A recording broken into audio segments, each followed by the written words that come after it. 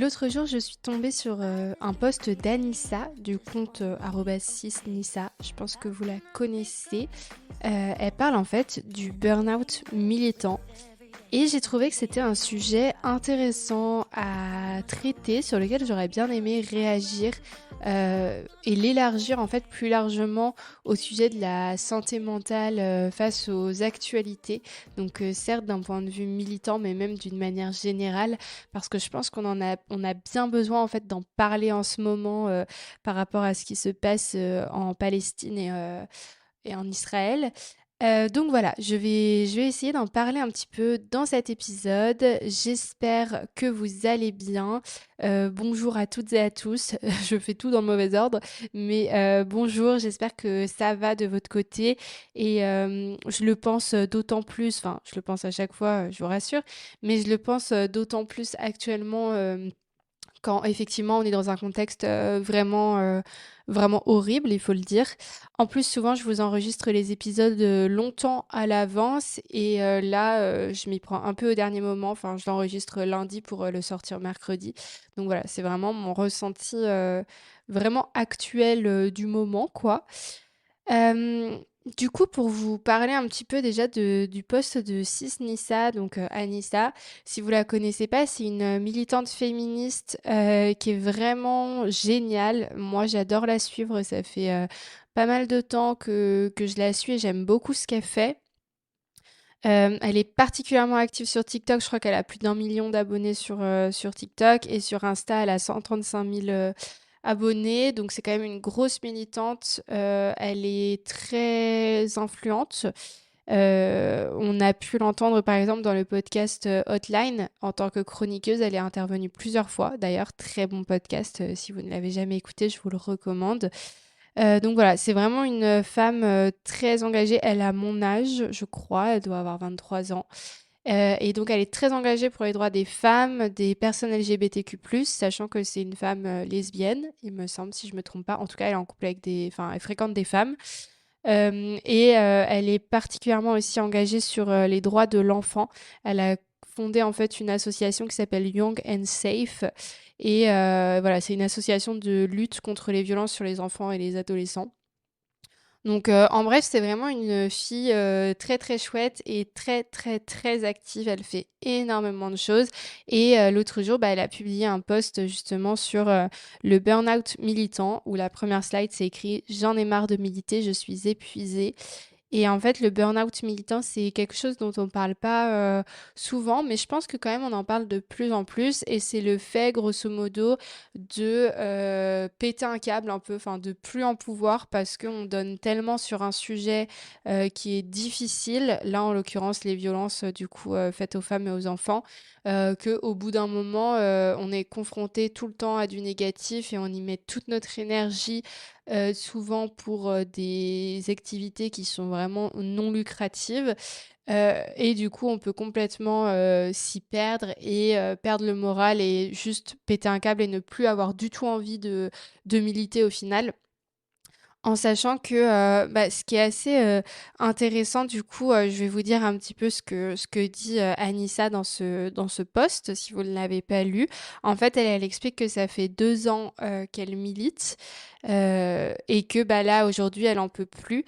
Et je trouve que enfin, c'est fort comment est-ce qu'elle l'explique, puisque, par exemple, elle dit, je vous cite: «J'ai l'impression d'avoir perdu cette si précieuse lumière que j'avais en moi. J'ai l'impression de m'éteindre à petit feu».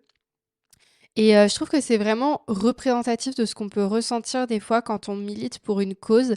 Parce qu'en fait, c'est tellement quelque chose qui nous anime et qui vraiment je trouve l'image de la fumée, enfin de la fumée non, du feu, elle est assez parlante parce que c'est quelque chose qui est vraiment, intense en nous quoi, qui nous donne de l'énergie, mais en même temps qui peut nous consumer si on fait pas attention et qu'on se laisse un petit peu rentrer dans un tourbillon de choses, négatives qui peuvent mener justement, jusqu'au burn-out comme l'explique, Anissa. Donc je trouve que c'est vraiment une bonne métaphore parce que personnellement je le ressens comme ça aussi, comme une petite, flamme en moi, on va dire que j'ai toujours eu plus ou moins. Hem qui, fait que je j'ai envie de m'élever contre les injustices, j'ai envie de lutter, j'ai envie de faire tout un tas de choses, mais des fois, cette flamme, elle prend trop de place et c'est important aussi, je pense, de réussir à avoir un équilibre sur le sujet. Donc moi, je vais vous parler un petit peu de comment moi je vis ça et quel est l'état finalement de ma petite flamme. Mais avant ça, donc pour revenir un peu sur ce que disait Anissa, elle évoquait d'autres points que je trouvais intéressants. Et notamment les étiquettes en fait qu'on peut donner aux personnes qui militent sur Internet, notamment parce que si j'ai bien compris, en fait Anissa de base, elle avait plutôt une étiquette influenceuse. En fait, c'était une créatrice de contenu qui parlait de tout un tas de choses, notamment sur TikTok. Et en fait, de plus en plus, elle s'est engagée et du coup, elle avait un peu l'étiquette de influenceuse engagée. Hem Et en fait, elle explique que ça a pas été non plus simple parce qu'en fait, cette étiquette-là, elle était compliquée des 2 côtés. Du côté du milieu de l'influence parce que du coup, en fait, quand tu es, influenceuse, on te demande pas forcément de t'engager sur des sujets et ça peut être reproché et en même temps du côté militant parce que, l'aspect, influenceuse justement, peut être perçu comme, très négatif et très futile en fait. Et justement, c'est ce qu'elle explique, que en fait, cette étiquette d'influenceuse engagée, ça lui a vraiment été reproché, notamment dans les milieux politiques, militants, juridiques, qui vont vraiment dénigrer en fait, le militantisme sur internet. Et ça, c'est un sujet quand même, enfin qui pourrait faire, l'objet, d'un épisode à part entière. J'ai l'impression que je dis ça tout le temps, mais c'est vrai parce que, effectivement, quand on milite sur internet, des fois, on est un petit peu, comment dire? Heu, c'est un peu vu comme du militantisme facile et pas très important.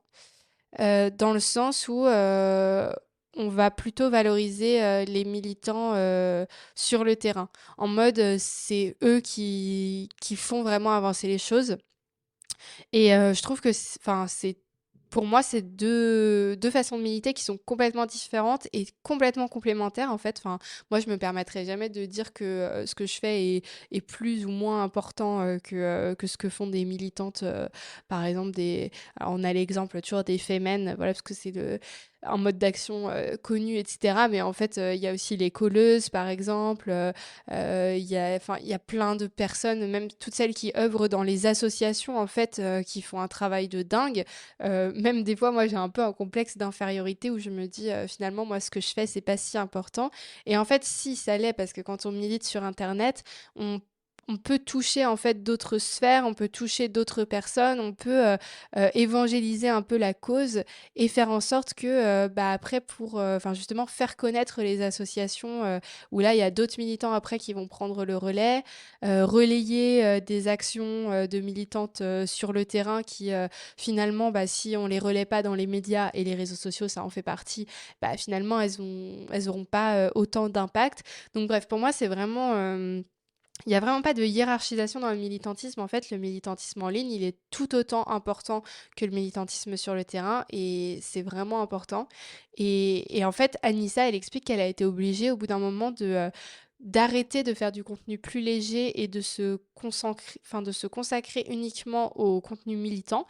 Et en fait, elle dit que de base, c'est venu de façon un peu spontanée parce que, bah, comme elle l'explique, en fait, quand on commence à ouvrir les yeux sur tout ce qui va pas, sur, toutes les violences et cetera. C'est difficile après de les fermer, c'est difficile de faire du contenu plus léger et tout ça et elle, quand elle s'est rendue compte de l'urgence de la situation, elle a vraiment eu envie de se donner à fond sur le sujet et de délaisser cette étiquette, influenceuse et contenu plus léger et tout ça pour faire du contenu à fond, militant.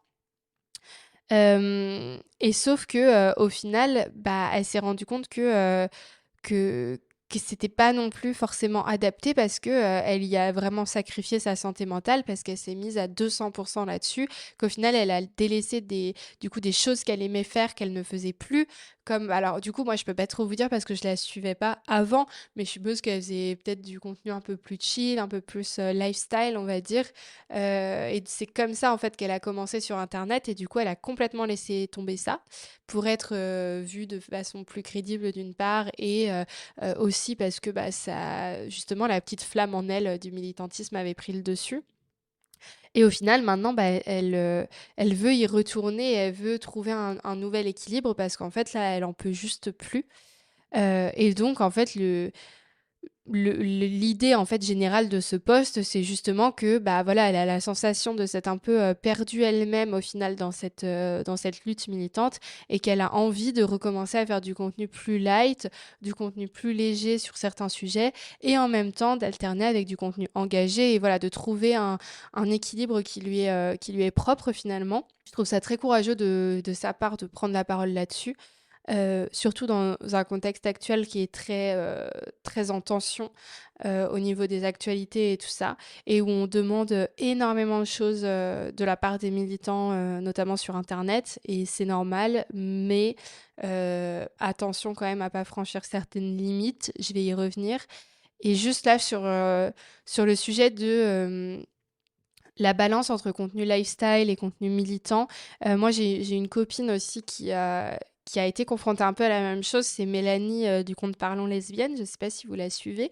Si vous la suivez pas, allez voir son compte, franchement moi j'adore ce qu'elle fait et en fait elle, justement, elle avait un contenu de base, très, très militant. D'ailleurs je crois que je vous ai déjà parlé d'elle et du fait que ça lui avait pesé au bout d'un moment, bon bref.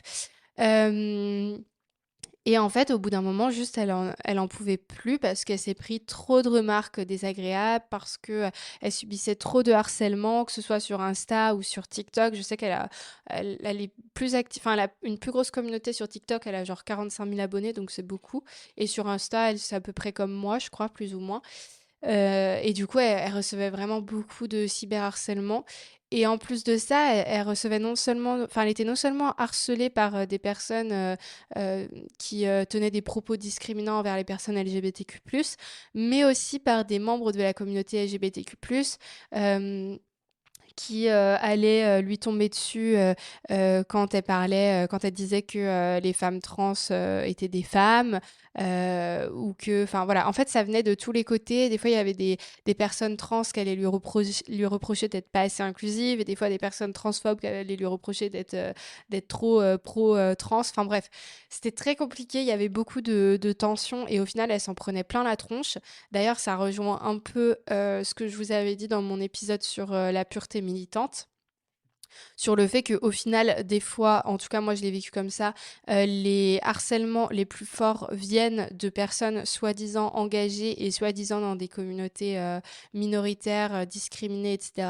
Donc attention à ça, enfin, c'est pas parce que vous faites partie d'une communauté discriminée que vous avez tous les droits et que vous devez vous permettre de parler n'importe comment aux personnes qui militent. Bref, ceci est une parenthèse, mais tout ça pour dire qu'elle s'en est pris plein la tronche et qu'au bout d'un moment, elle ne savait plus quoi dire ni quoi faire et elle avait la boule au ventre de publier quoi que ce soit parce qu'en fait, ses propos étaient tout le temps déformés et on la faisait passer pour une personne qu'elle n'était pas et voilà. Après, je veux pas parler à sa place, mais en tout cas, de ce qu'elle m'a dit, moi, je l'ai vraiment ressenti comme ça. Et donc elle a pris la décision, elle aussi, de, revenir en fait à un contenu un peu plus, lifestyle et d'alterner entre du contenu, lifestyle et du contenu militant engagé et tout ça. En sachant qu'elle, c'est un peu comme moi parce qu'elle a aussi une agence de com, à côté avec, sa copine et donc bah, pareil, c'est pas, son activité principale non plus la création de contenu donc je pense que ça l'aide aussi à trouver un équilibre, on va dire. Bref, voilà, du coup, moi de mon côté, j'ai jamais fait de contenu lifestyle et en plus, moi contrairement à, du coup Anissa et Mélanie, bah, ouais, j'ai jamais fait ça et moi je fais beaucoup du contenu d'actualité et certes je me mets en scène, en fait j'incarne mon contenu, quand je fais des reels ou quand je fais des vidéos YouTube ou ce genre de choses et même des fois je vous parle, de ma propre histoire et tout ça. Mais quand même je parle, enfin j'ai la sensation en tout cas de parler assez peu de moi en tant que personne et de ma vie privée et tout ça. En tout cas, pas du tout dans un contenu lifestyle. Juste un petit peu des fois en story, mais vraiment, peu, enfin pas sur mon compte en tout cas. Donc c'est vrai que moi je pourrais pas forcément trouver cet équilibre entre lifestyle et militant parce que du coup c'est pas adapté, à ce que je fais. Moi, c'est vraiment un contenu, purement militant donc certes des fois je partage des choses un peu plus légères, mais ça reste, vraiment des exceptions. Voilà. Et donc, pour revenir en fait au contexte actuel, je pense que ça n'aura échappé à personne, mais les actualités sont vraiment horribles. Franchement, je pense que ça fait longtemps qu'il n'y avait pas eu un contexte aussi dur. Enfin, moi, je me rappelle au début de la guerre en Ukraine, j'avais aussi ressenti ça, le fait d'avoir vraiment le cœur serré, de se sentir vraiment impuissante. J'avais aussi ressenti ça au moment du meurtre de Massa Amini et du début de la révolte des femmes en Iran. Et c'est vraiment un sentiment qui est horrible et qui est vraiment dur. Et là, en fait, j'ai eu l'impression qu'il y avait une accumulation de choses entre les attentats terroristes, en France et en Belgique, plus du coup le contexte, de guerre entre Israël et la Palestine. C'est vrai que ça a fait, beaucoup de choses d'un coup et dès que j'en discute avec des personnes, autour de moi, je vois que c'est vraiment, quelque chose qui impacte, tout le monde, en fait. Enfin, dès qu'on a un peu d'empathie, je pense que, voilà, on vit très mal les choses, ça, c'est sûr. Hem et notamment, bah, voilà, enfin, moi, je suis hypersensible, comme, beaucoup de personnes. Donc j'ai énormément d'empathie et du coup, c'est vrai que, quand on se retrouve dans ce genre de contexte, c'est hyper dur de prendre de la distance et en même temps, est-ce qu'on doit prendre de la distance ou pas? C'est aussi une question que je me pose, et qui est posée beaucoup sur les réseaux sociaux parce que c'est compliqué de réagir et en même temps, ne pas réagir, c'est aussi une, forme de privilège, en fait. Et sur le sujet, je vous renverrai au post de Rachel, Belmedi, qui en a parlé du coup sur son compte et j'ai trouvé ça, intéressant, en fait, la façon dont elle soulevait le sujet. Comme quoi, en fait, enfin, en fait, elle a vraiment mis des mots sur des choses qui me posent question, parce que, c'est sûr que fermer les yeux,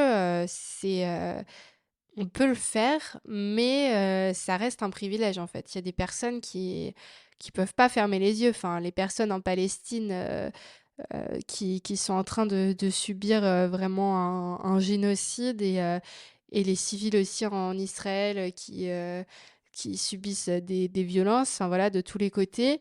En fait, ces personnes-là, elles peuvent pas fermer les yeux et puis, bien sûr, on pense d'autant plus aux personnes en Palestine qui essaient d'alerter depuis des dizaines d'années, en fait, sur leur situation, et qui sont juste, pas écoutées, par les autres pays du monde et du coup, c'est vrai que se dire, «Je réagis pas et je coupe tout», bah, on peut le faire et en même temps, effectivement, ça pose question parce qu'on se dit: «Bah, est-ce que c'est pas encore une fois une position, hyper privilégiée?»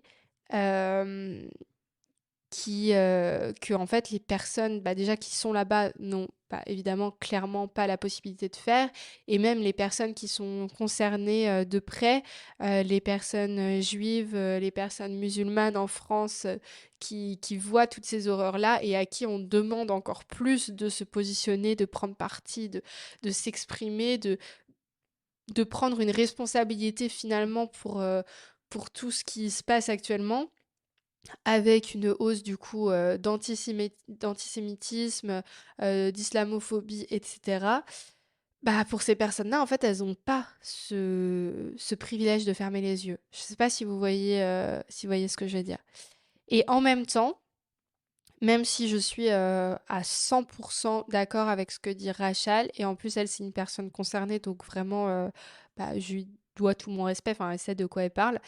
En même temps, c'est vrai que, je pense que c'est un fait et c'est un droit aussi de dire qu'on peut se sentir complètement dépassé et écœuré et submergé par ce qui se passe actuellement et je pense qu'on a le droit au enfin, c'est aussi important de légitimer ces émotions-là. Il y a beaucoup de personnes au tout départ qui ont dit qu'elles savaient pas comment se positionner et j'avoue que moi, j'en ai fait partie. Je savais pas comment me positionner, dans les tout premiers jours, du conflit parce que et justement j'en ai parlé avec mon copain parce que en fait ça nous a on a vraiment été choqués en fait d'à quel point on n'avait jamais compris ce qui se passait là-bas et d'à quel point pour nous ça avait toujours été un peu un truc hyper flou alors que on avait eu des cours sur Israël, sur la Palestine, tout ça, mais en fait on avait toujours trouvé ça très flou, on n'avait jamais vraiment compris la réalité de ce qui arrivait. Et je pense qu'en fait c'est juste parce que enfin, comment on a été éduqué sur le sujet par les médias et par nos profs d'histoire et tout ça, c'était vraiment en fait un regard pro-Israël, pro-colonisation et tout ça, en mode la Palestine c'est les méchants et Israël c'est les gentils. Et même si ça n'a pas forcément été dit comme ça directement là où on a pu être informé plus jeune, bah en fait on a toujours eu une sorte de flou sur la situation où ça n'a pas été clair. Et là, bah, c'est vrai que avec ce qui s'est passé et grâce aux militants qui ont pris la parole et tout ça, ça a permis vraiment de mettre la lumière sur ce qui se passait vraiment là-bas, de comprendre que bah, certes la situation d'Israël était très particulière parce que bah voilà on s'était retrouvés au lendemain de la guerre avec tout un peuple juif qui demandait en fait à avoir des terres et qui n'en avait jamais eu et qui venait de se faire exterminer et voilà. Donc on leur a donné des terres sans trop demander l'avis de la Palestine, enfin sans même leur demander de leur avis du tout. Et déjà ça c'était grave. Et après ça en fait Israël s'est complètement étalé partout et a pas du tout respecté le contrat de base et a revolé des terres à la Palestine et on s'est retrouvé dans une situation actuelle de colonisation où au final les Palestiniens vivent un enfer depuis des années et des années, sauf que la communauté internationale valorise et est en lien étroit avec Israël, donc fait passer aux yeux de tout le monde Israël pour les gentils et la Palestine pour les méchants. Sachant aussi que c'est un contexte de colonisation, etc. Et que c'est sûr que tous les pays colonisateurs comme la France ont tout intérêt à soutenir le colon plutôt que le coloniser enfin, au vu de ce qu'ils ont fait dans leur passé. Bref, je vais pas faire une explication géopolitique, mais en tout cas, j'ai réussi à comprendre ça grâce à tout le travail de militants et de journalistes aussi qui ont vraiment donné d'eux-mêmes pour faire comprendre ça. Et c'est vrai que dans les premiers jours, je savais pas trop comment me positionner parce que justement, je reconnais que je ne savais pas bien les choses. Et au final, après, j'ai réussi à comprendre. Et bien sûr, j'ai été complètement indignée et après, du coup, j'ai plus pris position clairement, etc. Euh, donc, bref. Mais en tout cas, ce que je veux souligner, c'est que ce conflit-là, ça a toujours été difficile à comprendre pour plein de personnes. Et je pense que c'est pour ça aussi que sur les premiers jours, il y a beaucoup de gens qui ont eu du mal à prendre la parole parce qu'ils ne savaient pas et parce que encore une fois, ils ont grandi avec une image complètement erronée de ce qui se passait là-bas. Donc, le temps que tout se remette en ordre dans leur tête, bah voilà, c'était aussi du temps qu'il fallait et qui était nécessaire pour pas prendre la parole en disant n'importe quoi. Voilà. Et je pense qu'on a le droit d'avoir vraiment le cœur serré en fait et de pas toujours savoir comment trouver les mots et faire les choses efficacement. Et je pense que c'est important de rappeler aussi que la prise de parole publique, c'est pas non plus la seule manière d'agir. Même si c'est quelque chose d'hyper important, que bien sûr j'encourage et tout ça, s'il y a des militants qui m'écoutent, et même d'ailleurs s'ils ont pas forcément s'ils se sentent pas capables de s'exprimer directement sur le sujet, je comprends totalement, mais ça peut être par exemple de repartager des posts, de militants qui le font très bien, de suivre des comptes, de partager des comptes, qui le font et voilà. Juste quand même de faire circuler les informations, je pense qu'on a un rôle là-dedans. Mais je pense qu'il ne faut pas pour autant exiger des prises de parole à tout prix qui peuvent du coup être maladroites. Et du coup, rappeler qu'effectivement, la prise de parole, c'est pas la seule façon d'agir et qu'en fait, on peut agir autrement en partageant des pétitions, en partageant des comptes et même en faisant des dons. Enfin, voilà, on ne sait pas non plus toujours ce que font les gens, donc c'est important aussi de pas toujours juger en se disant: «Bah, telle personne, j'ai l'impression qu'elle en a rien à faire de ce qui se passe là-bas, je vais la cancel» et cetera. Alors qu'en fait, bah, déjà, ça se trouve, la personne, elle a pris la parole dessus et vous avez juste pas vu. Parce que, bah, on voit pas toujours, tous les posts, ni toutes les stories des personnes qu'on suit et en plus de ça, si ça se trouve, la personne, elle fait énormément de choses, de son côté, elle envoie des soutiens là-bas, elle envoie des dons, enfin voilà, on sait pas, en fait, ce que font les gens donc je pense que c'est important de pas non plus, tout juger à ce qu'on voit sur Insta, quoi.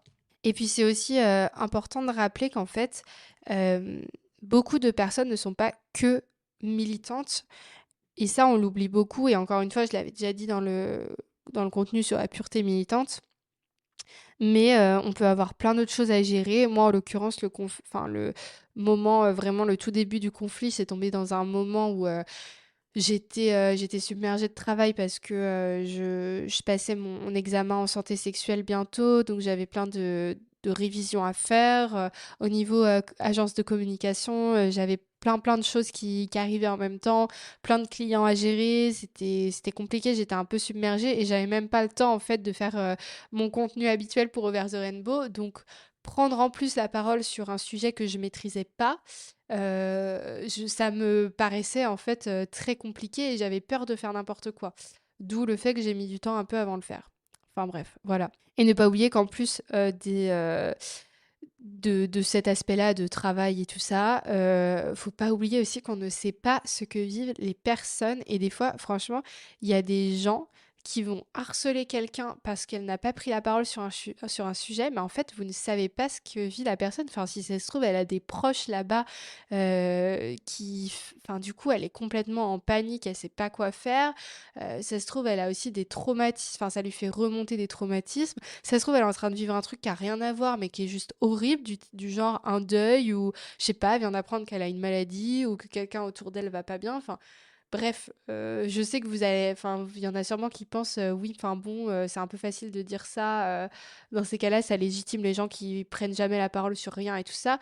Mais bon, juste quand même garder ça en tête, surtout pour des personnes qui s'expriment sur plein de choses habituellement. Bah peut-être que si elles en parlent pas tout de suite et que vous trouvez ça bizarre, il y a peut-être des raisons aussi. Et enfin voilà, je pense qu'il faut même si encore une fois, je sais que c'est un privilège de fermer les yeux et tout ça, mais sans parler de fermer les yeux complètement sur la situation, faut pas oublier que l'injonction à réagir à tout de suite, dans la minute, à prendre un parti, tout le temps, très vite, c'est aussi compliqué, en fait. Et il y a des gens pour qui c'est trop dur et je pense que faut aussi le rappeler. De mon côté, en termes de santé mentale face aux actualités et plus largement sur le militantisme, je pense que j'arrive globalement bien à me préserver parce que je suis pas, comme je vous l'ai déjà dit, à 100 sur Over the Rainbow. J'ai aussi mon agence de com à côté et du coup, bah, toute ma vie ne tourne pas autour de ça et ça me permet en fait, enfin, c'était un choix délibéré de ma part, hein, de pas me mettre à 100 sur Over the Rainbow, parce que ça me permet justement de pas en faire mon métier principal, d'en faire quelque chose pour lequel je vais être stressée, de devoir gagner de l'argent et tout ça, et quelque chose qui va me submerger et faire que je vais faire que ça toute la journée et donc possiblement arriver à un burn-out. Mais en fait, garder, à côté cette petite flamme justement de militantisme qui m'anime, tout en pouvant la contrôler à peu près parce que c'est pas j'ai pas que ça dans ma vie, en fait. Donc je pense que c'est un bon équilibre. Après, ça m'est déjà arrivé aussi d'être dans des situations compliquées, pareil, je vous en ai déjà parlé, mais du coup de recevoir des menaces, des retours, des critiques très négatives. Enfin voilà, ça m'est déjà arrivé aussi, mais effectivement, vu que je fais pas que Over the Rainbow, bah, du coup, ça me permet de pouvoir aussi prendre de la distance et je pense que c'est important. Et pour revenir au sujet de l'actualité, du coup, j'ai eu enfin, sans parler que forcément de ce qui se passe actuellement, pour lequel bah, je vous ai déjà dit à quel point c'était compliqué. Il y a eu plein de moments, en fait, depuis que je milite où je me suis vraiment sentie en colère et je pense que la notion d'impuissance aussi, elle est vraiment dure et là, je le ressens beaucoup en fait par rapport à la Palestine où je me dis, je peux toujours, faire quelques stories, partager des pétitions et tout ça, mais en fait, concrètement, est-ce que vraiment je sers à quelque chose là-dedans? Et la réponse, c'est que, bah, je effectivement, je sers pas à grand-chose, mais vaut mieux faire un peu que rien du tout. Bref, et ça m'est déjà arrivé plusieurs fois. Par exemple, je me rappelle au moment des élections, présidentielles en France, j'ai fait beaucoup de contenu et c'était un peu épuisant, en fait. J'ai fait beaucoup de débunkage aussi pour débunker, les affirmations complètement, fausses, de certains candidats et notamment à l'extrême droite, voilà, qui racontaient absolument n'importe quoi. Et c'est vrai que, c'était compliqué parce qu'en fait, tout tournait autour des élections et je voyais des trucs complètement débiles et faux et enfin vraiment ça me mettait en colère. Je voyais ça partout dans les actualités et je sentais en fait que encore une fois, il y aurait aucune union réelle de la gauche, etc. Et qu'au final, ça n'allait encore et toujours pas passer. Bref, c'était vraiment une période agaçante. Après, il y a eu aussi plusieurs fois des affaires de... Bah, vous savez que moi, ce qui me touche particulièrement, c'est les violences conjugales. Donc, des affaires de violences conjugales vraiment horribles ou des féminicides voilà, qui vont enfin, il y en a tout le temps et c'est tout le temps horrible, mais il y en a des fois où une histoire va plus, résonner, parce que, bah, ça peut être arrivé pas très loin ou, ça peut être, quelqu'un, qui avait, qui s'est retrouvé, en fait, dans la même situation que moi et pour qui en qui je me reconnais, en fait, dans mon parcours et tout ça. Puis là, récemment, ça a un peu coïncidé aussi avec les événements en Palestine, mais, il y a eu aussi le classement sans suite de l'affaire Norman où ça peut paraître futile, en comparaison avec ce qui se passe actuellement dans le monde. Mais moi, ça m'a vraiment mis en colère parce que j'ai une très bonne amie, vous savez, bah, qui a porté plainte contre Norman et d'ailleurs que j'avais interviewée sur mon podcast et tout ça, donc Maggie. Et en fait, ça m'a vraiment blessée, ça m'a mise en colère, que l'affaire soit classée sans suite alors que, très sincèrement, moi, pour avoir vraiment du coup été au contact de victimes, avoir vu plein de choses, plein de preuves et tout ça, j'étais vraiment persuadée qu'il ne pourrait pas s'en sortir comme ça. Donc j'avoue que ça m'a vraiment mise en colère. Donc voilà, vous voyez, ça c'est des petits exemples de trucs qui sont compliqués. Et du coup, en général, moi, ce que je fais, c'est que je m'exprime sur le sujet pour extérioriser. Mais j'ai aussi besoin de silence et de déconnexion pour ne pas péter un câble et ça, je l'ai aussi pratiqué, aussi bien, pour, la Palestine que, par exemple, pour l'affaire Norman où voilà, j'ai dit ce que j'avais à dire dessus et après pendant quelque temps, j'ai pas posté forcément. J'ai pris du recul et tout ça, sur les réseaux, j'ai fait autre chose parce qu'en fait, ça me mettait en colère. Ça me mettait en colère de lire des commentaires, hyper offensants pour les victimes de violences et tout ça et j'avais besoin aussi de me créer un peu une bulle de bien-être et de déconnexion, on va dire. Et je pense que c'est important aussi de respecter ce droit à la déconnexion. Et je pense que d'une manière générale, c'est important d'accepter en tant que militant qu'on ne peut pas être tout le temps partout. Et ça, c'est essentiel. Et je sais que c'est quelque chose qu'on reproche beaucoup aux militants de non, mais t'as pas parlé de ça, pourquoi t'as pas traité ce sujet-là et puis tout de suite, ça va partir en bah, si t'as pas traité, par exemple, un sujet autour de la transidentité, ah bah t'es transphobe. Alors même que j'ai déjà fait 15 000 sujets, enfin 15 000 posts sur le sujet, bah c'est pas grave. Si j'ai pas parlé de ce sujet-là, du coup je suis transphobe. Si j'ai pas parlé d'un sujet qui touche aux personnes racisées, alors que j'en parle très souvent, bah je vais être raciste. Enfin bref, je pense que vous voyez ce que je veux dire. C'est ça pour beaucoup de militants. Et là, du coup, avec la situation entre la Palestine et Israël, c'était vraiment... moi, je recevais des messages de personnes pro-Palestine ou de personnes pro-Israël qui vraiment, limite, me menaçaient en me disant, mais t'as intérêt à prendre position, sinon je me désabonne, sinon je te cancel et tout, enfin des trucs comme ça. Et en fait, c'est juste... c'est lourd aussi d'avoir ce genre de choses, même si, encore une fois, attention, hein, je dis pas que c'est comparable à ce que peuvent ressentir des personnes directement concernées et tout ça, hein, bien sûr, on est d'accord, mais juste, c'est une pression aussi qu'ont les militants sur Internet et c'est un peu pénible. Donc voilà, en tout cas, je sais que de mon côté, je gère à peu près ma ma santé mentale sur le sujet, mais faut faire gaffe et moi, je sais que je la gère aussi à peu près parce que justement, je ne fais pas que ça. Je suis aussi, entourée de personnes qui ne sont pas du tout, dans le militantisme et du coup, ça me permet d'aussi, me déconnecter et des fois de prendre du recul et voilà, de passer des week-ends avec mes copines où je vais pas parler des actus et où je vais juste passer des bons moments. Et ça, c'est hyper important aussi, même si encore une fois, certes, c'est un privilège, mais c'est important aussi de penser à sa santé mentale. En bref, du coup, mon conseil sur le sujet, si les actualités sont dures pour vous en ce moment et qu'elles le sont à d'autres moments et qu'elles le seront forcément à d'autres moments parce que notre monde est nul, c'est de vous entourer de personnes qui, justement, ne sont pas forcément autant militantes que vous. Je sais que pour certains, c'est compliqué parce qu'il y en a certains qui voient, qui mettent vraiment le militantisme en valeur, number one dans leur entourage et tout et qui veulent pas justement être avec des personnes qui sont pas militantes et tout ça. Je peux comprendre, mais personnellement, je pense que c'est dangereux un petit peu de faire ça parce que justement dans ce genre de situation, on peut un peu se tirer tous vers le bas, en fait. Même si des fois ça peut être très galvanisant d'être entouré de personnes autant engagées que nous, je pense que dans les moments difficiles, clairement, on peut vraiment, ouais, tous se tirer vers le bas. Donc, personnellement, moi, c'est vraiment quelque chose que je ferais jamais.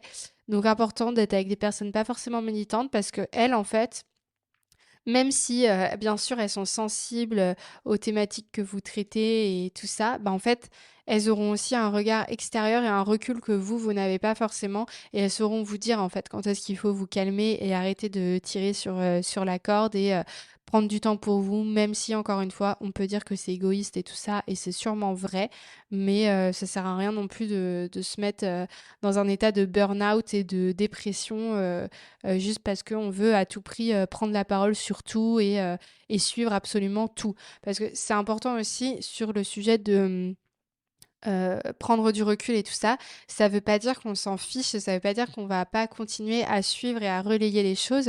C'est juste qu'en fait, on est tellement dans une société de l'image où on est vraiment assailli en permanence de contenus très très violents que des fois, en fait, c'est juste trop pour notre cerveau et on a besoin de se mettre en retrait.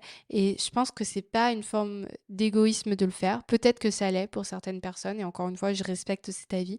Pour moi, ça l'est pas, parce que, voilà, on a le droit aussi de connaître nos limites et là, je parle pour, Israël et la Palestine, mais moi-même, je le fais des fois juste pour des sujets, féministes, en fait, où juste j'en vois trop ça me fait, je suis dans un moment où je vais pas bien, j'ai pas envie, c'est trop en fait et juste je coupe les réseaux sociaux pendant quelques jours et ça me permet de me relaxer et après de revenir en meilleure forme et ça, je pense que c'est important.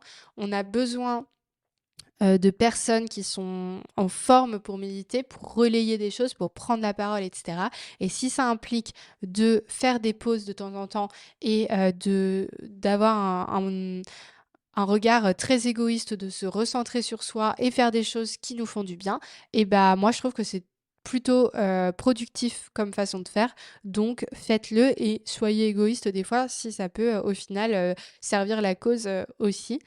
Donc voilà, n'hésitez pas à vous reconnecter à des choses simples qui vous rendent heureux. Ça sert à rien de se rendre malade, heu, sur certaines situations, surtout, en fait, si ça n'a aucun impact là-bas. C'est bien, hein, d'être choqué par des choses quand ça du coup, quand ça engendre une action, à savoir, par exemple, partager un post ou signer une pétition ou faire un don ou enfin voilà, ça c'est positif, mais en fait, quand on est dans le choc et qu'on est un peu tétanisé et qu'au final, on sait même plus quoi faire parce qu'on a juste envie de se mettre en boule dans son lit et de pleurer, je pense que c'est aussi un signe pour dire que là, il faut déconnecter un peu et prendre du recul et je le dis particulièrement, en fait, pour les personnes concernées aussi.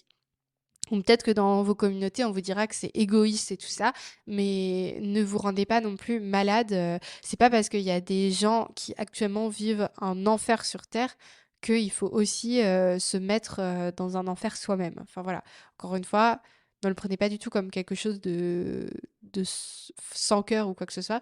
C'est juste important pour votre santé aussi des fois de penser à vous et de pas toujours être dans l'empathie à 100% et tout ça, même si, encore une fois, je partage à 100% ce qu'a dit par exemple Rachel dans son post, mais juste j'y apporte une petite nuance dans le sens où ça sert à rien de se rendre malade non plus.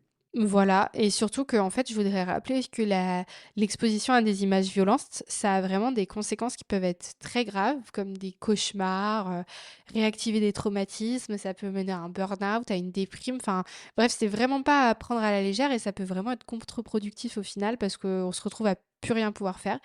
Donc, faut pas toujours juger les personnes qui prennent pas la parole. Peut-être qu'elles l'ont déjà fait sans que vous l'ayez vu, ou peut-être qu'elles participent à leur échelle d'une autre manière. Il n'y a pas que Instagram dans la vie. Voilà, un petit rappel aussi important. On ne sait pas ce que vivent les gens derrière leurs écrans, donc on essaie de s'en rappeler avant de toujours être dans le jugement. Et pour conclure, je dirais que ce soit sur la situation actuelle entre la Palestine et Israël ou sur toute autre situation qui est vraiment horrible et qui met en colère, etc., c'est important de ne pas fermer les yeux, de prendre la parole, de militer à son échelle, peu importe comment on le fait. Mais il faut pas s'oublier non plus quand on commence à voir que c'est trop dur. Ça peut être vu comme une forme d'égoïsme, mais en réalité, je pense que c'est surtout contre-productif de s'auto-flageller, etc., surtout quand on a beaucoup d'empathie et qu'au final, ça nous amène à souffrir plus qu'autre chose. Bref, quand j'ai réfléchi au sujet, je m'étais dit que ça allait faire un petit épisode de 15 minutes et au final, je vois que ça fait 40 minutes que je parle. Donc, je vais m'arrêter là pour aujourd'hui. J'espère que cet épisode, vous aura plu. J'espère aussi que ça aura pu vous faire du bien, et que ça aura pu vous déculpabiliser peut-être aussi sur certaines choses. Et, heu et voilà, je vous souhaite vraiment de prendre soin de vous. Encore une fois, oui, sensibilisez, prenez la parole, agissez à votre échelle, mais ne le faites pas aux dépens non plus de vous-même. Et ne vous autoflagellez pas si vous pensez que vous en faites pas assez ou que vous pourriez faire mieux. Faites déjà ce que vous pouvez. C'est toujours mieux que rien du tout. Et voilà, agissez à votre échelle et soyez fiers de vous aussi de ce que vous faites, même si ça peut vous paraître complètement normal et le strict nécessaire pour un être humain. Tout le monde ne le fait pas, donc voilà, c'est bon à rappeler. Et surtout, prenez soin de votre santé mentale et osez couper quand ça ne va pas. C'est vraiment essentiel. Et s'il y a des personnes militantes qui m'écoutent, prenez aussi le temps de vous reposer et de ne pas faire que du militantisme parce que sinon vous allez vous retrouver comme Anissa. Et franchement, on a besoin de personnes motivées, de personnes avec de l'énergie et tout ça. Donc préservez-vous et gardez de l'énergie pour lutter pour les causes qui vous tiennent à cœur. Voilà, je termine donc cet épisode. Je vous remercie de m'avoir écouté pendant ce long monologue. J'espère que ça vous a plu. N'hésitez pas à me dire aussi votre ressenti par rapport à tout ça, dans la bienveillance bien sûr. D'ailleurs, si vous écoutez actuellement sur une plateforme d'écoute, sachez que je publie aussi sur YouTube. Donc si jamais vous voulez échanger, commenter et tout ça, on peut pas le faire sur Spotify et tout le tralala, mais on peut le faire sur YouTube. Donc n'hésitez pas à venir sur YouTube, mettre un petit commentaire sur le sujet. Et si vous écoutez sur une plateforme d'écoute, n'hésitez pas à noter le podcast, c'est très important. Merci beaucoup pour votre écoute. Si vous voulez soutenir Over the Rainbow, j'ai un Tipeee qui est disponible sur mon Instagram. Voilà, et qui est disponible aussi normalement en description de l'épisode. Je vous embrasse, prenez bien soin de vous, prenez soin de vos proches et à très vite.